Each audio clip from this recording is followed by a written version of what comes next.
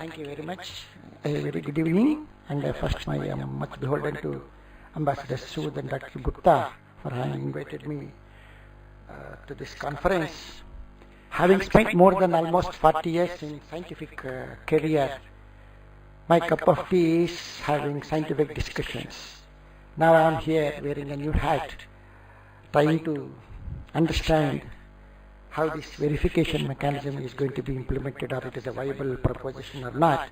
Just before I proceed to my talk, I thought I would take half a minute to express my the comments about the previous session, where there were some queries that was raised with respect to NTA index and how India is really participating.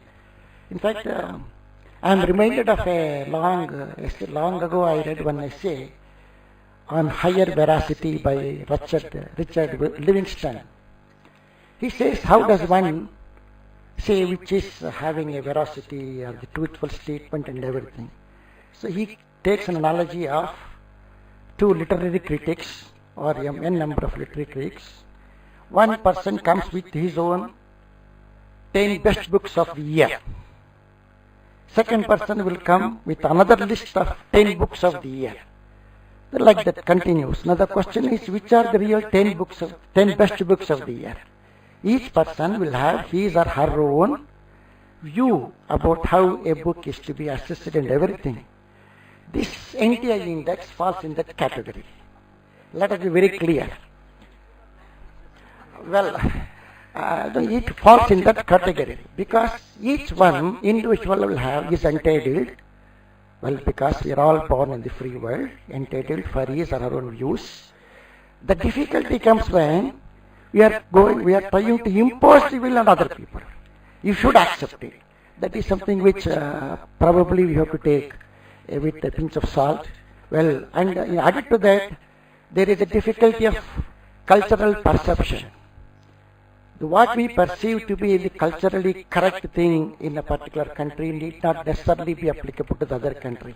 There are many other cultural barriers. There are many other technical barriers. There are many other security barriers. And the transparency, we have been really using this. It is a much abused word. Let us be very clear. What is transparent and what is not transparent is something which is left to the individual. That is one thing. Then I thought I'd come back to this verification measures. And we have a global center for nuclear energy partnership, which was the foundation stone was laid over Honorable Prime Minister on January 3rd. Under that auspices, India has been conducting a number of training courses in nuclear security, in collaboration with IAEA, in collaboration with many other international things. It's not that India is not taking recourse to these security issues. There have been security workshops, there have been regional training courses, there have been nuclear material accounting and characterization. So it is something which is going on. Maybe we don't have a very large trumpet to beat around the world that yes, this is what we have been doing it. Coming back to the verification challenges, in fact, I being the last speaker, the responsibility is really reduced to such an extent because James has touched upon most of the things which I wanted to speak. Similarly, Arun also has spoken, and to the extent Ambassador also referred to having some no technical solutions available when a political decision is to be taken. Some such thing is there. But most important is, I thought I would just tell you about verification challenges while dealing with the nuclear materials and nuclear weapons are very divergent and depend on what one is referring to. We have verification challenges flowing out of International Atomic Energy Agency, safeguards implementation, verification challenges flowing out of Comprehensive Test Ban Treaty, verification challenges flowing out of Fissile Material Cut-off Treaty, which is yet to come into force, and of course the list can further be extended depending upon a particular event, whether it deals with nuclear material or not. But the common link among all these is the nuclear material. Nuclear material is indeed a common link between peaceful uses of atomic energy and also nuclear weapons program. So the verification challenges, if you are able to concentrate on verifying the nuclear material or fissile material that is supposed to be present in a country with a robust verification mechanism, in my view, it solves most of the problems. If you are able to account all the nuclear material. See, subsequently a test has happened, whether we are going to test, whether we are going to have a verification mechanism, whether the test has taken place or any. Let us concentrate on the nuclear material first, even before it is getting translated into the design of a nuclear weapon. How are we equipped with this particular thing? This is what I am going to, this is an important verification challenge lying with us. Let us not bother about post application of nuclear material, how it is going to be used. This is what I thought I should just put forth before this forum. And in my view, let me also, before proceeding further, whatever opinions I am going to present here are my personal views and they do not represent my Department of Atomic Energy, either explicitly or implicitly. And ideas presented shall not be taken as prescriptive. It is only my opinion. The nuclear material accounting and control has been one of the main mandates of International Atomic Energy for safeguards implementation. But the atomic energy also finds widespread societal beneficial applications, and it is universally encouraged that these applications should be pursued for the whole benefit of the mankind. However, ensuring the nuclear material present in the nuclear facility of a country is not being diverted from the peaceful use is a challenging proposition. The ability to account all the nuclear material present in a given nuclear facility employing internationally accepted standard measurement technologies within the allowed statistical limit. Statistics is a very, very nasty subject. It's such a nasty subject because one of our friends long ago, he was in the government, I thought I should leak out the secret. During election time, depending upon whichever government is in the state or province, a statistical data is created, either to say the achievements of the government or, to put it. So this is something which is going to implement. The statistics is such a nasty. Let me also tell you, I use statistics in my scientific career. I also know how best or how efficiently or how I can use the statistics to suit my results. And at the same time, ensuring that the IEA significant quantity limits and timeliness, that is most crucial in some of the bulk nuclear facilities, and it is a very daunting task. And these challenges, I thought I would just illustrate by taking few examples. So by taking few examples, I am not really propounding that is what is going to be happening. I am going to put only the factual, the illustrations. The safeguards implementation for verification is such a challenging task, particularly when I refer to the bulk handling facilities. I want to take an example of a reprocessing plant.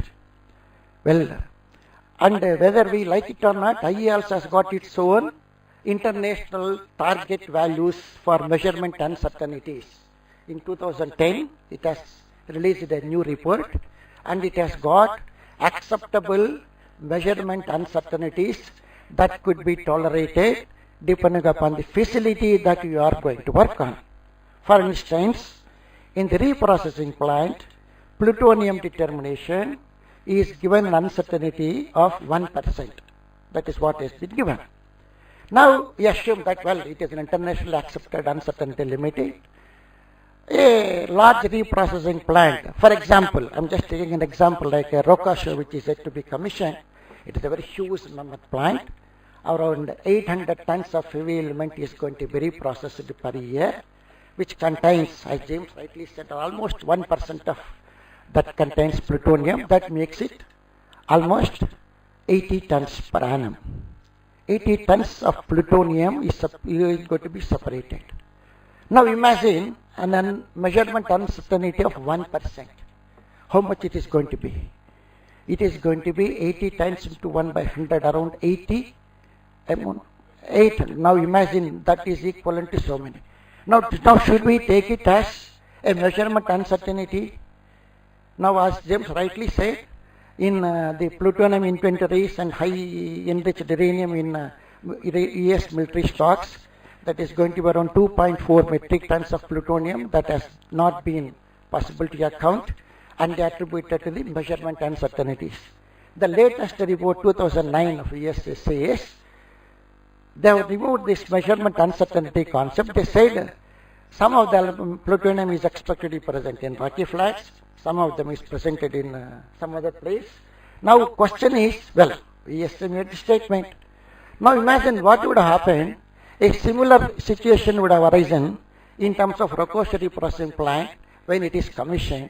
Almost 240 kilograms are supposed to be separated in 11 days.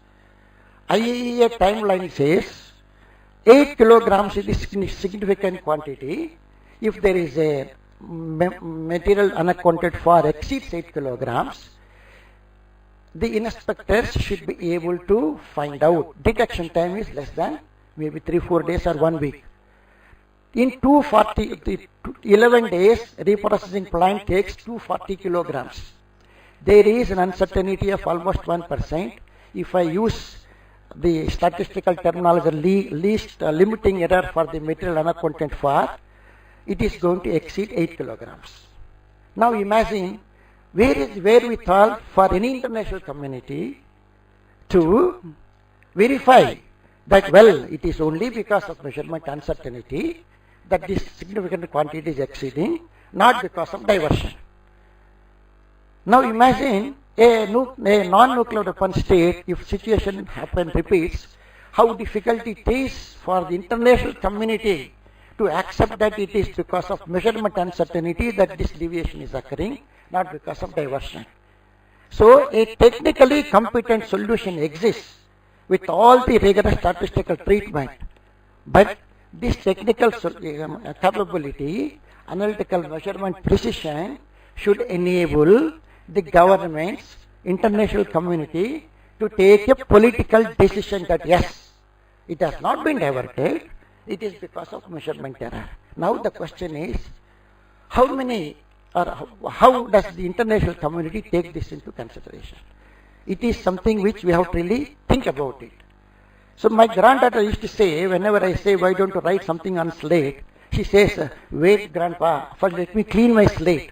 I want to start afresh. Let us have a out of box thinking. Let us start afresh. How do we address these issues? Now the question is, we have got our own blinkered vision as to how we are going to address a situation which is happening in a particular country. We are not taking a holistic view. It has to be taken. That is something which is a really challenging task. How we are going to translate the information that is being made available because of technical judgment to influence a proper, objective political decision. This is a daunting challenge. This is something which all of us really should be willing to accept and then refer into this. There are many other challenges. Well, science develops, science and technology develops. There are many other new reactor concepts are going to come. What safeguards are going to be implemented as of now are restricted only to the available technology. There are many other new reactor concepts which are going to come up. For instance, let me just, because now the time is short, I am not going to touch many of those things.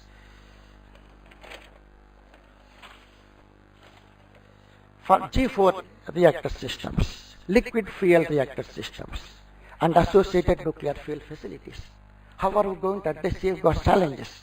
Verification. A liquid fuel, it flows around the entire reactor system. Now what is the safeguarding mechanism, verification mechanism? Any amount of the present technology is not going to be helpful. This is something which, as technical expert, I start worrying as to how I am going to implement in future. we should have a future vision about technological competence that one has to develop in order to see that we are going to have a nuclear material safe handling proposition in future. This is something which again is to be looked into. This is not in the realm of imagination. It is going to be taking place in future. This is something else we have to really think about it. Now, there are another things. I touched upon the significant quantities, measurement uncertainties, and the nuclear stockpiles, and etc. How we are going to address. There are some 2-3 things I thought I should, before I conclude. This is only a proposition which I am going to think loudly, that because we have been telling that we should have a nuclear weapons free world. Nobody talks about we should have a nuclear material free world. That is something which is probably we cannot even imagine. Because why we cannot imagine? Because we have many peaceful uses of application of nuclear energy. For that we need nuclear reactors. Nuclear energy production is one such thing. We cannot eliminate. We have to live with that. But how best we are able to translate our commitment in some other fashion. So I thought now, instead of telling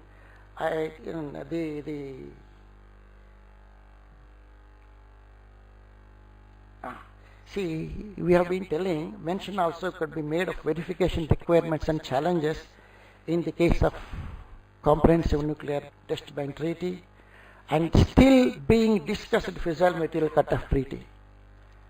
I feel it is, in my opinion, I don't want to get into the argument as to which are the ideal verification mechanism for these regimes. However, it is pertinent to note that, again I go back to the Convention of Chemical Weapons, Convention on the Prohibition of the Development, Production, Stockpiling and Use of Chemical Weapons under the destruction adopted by the Organization of Prohibition of Chemical Weapons includes a very robust verification mechanism acceptable to international community.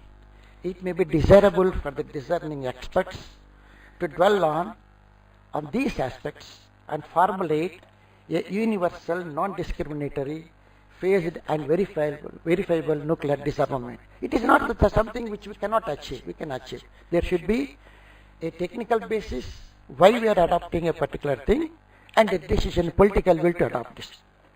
And one more thing lastly. We have got, the NPT has given a definition of a nuclear weapon state. Well, we live with that, no problem. As far as we know, the so-called voluntary agreement states, to my best knowledge, they have declared that they have stopped producing fissile materials for weapons before the end of Cold War or maybe soon after. Now, in the light of this, I was going through all the rigmarole of safeguards implementation and everything. In the light of this, they are very committed nations, responsible nations. In the light of this, it may be desirable to have a re-look into the relevance of provision of withdrawal of nuclear material from declared civil nuclear facilities in their voluntary agreements, because there is a provision in their safeguards agreement that they can withdraw the nuclear material from civilian use, because nuclear weapon states have got voluntary warfare agreements. In the event of fissile material fissile material cutoff treaty becoming a reality, I hope, I'm an optimist, it is going to become a reality. Having this withdrawal clause in their voluntary warfare agreements would be an anomaly, simply because that would lead to a situation where these nuclear weapon states legally claim that they have stopped production of fissile material but are entitled for effecting transfers from peaceful use to the other. This is something which I leave it to the discerning objective assessor as to how we are going to address this issue. When FMCT is going to come, we have to take a call about this as to how it is going to be verified. It is a challenging task. And removing this clause would result in a greater transparency and confidence building measures. These are all the challenges one ought to look into that, and thank you very much for your patience.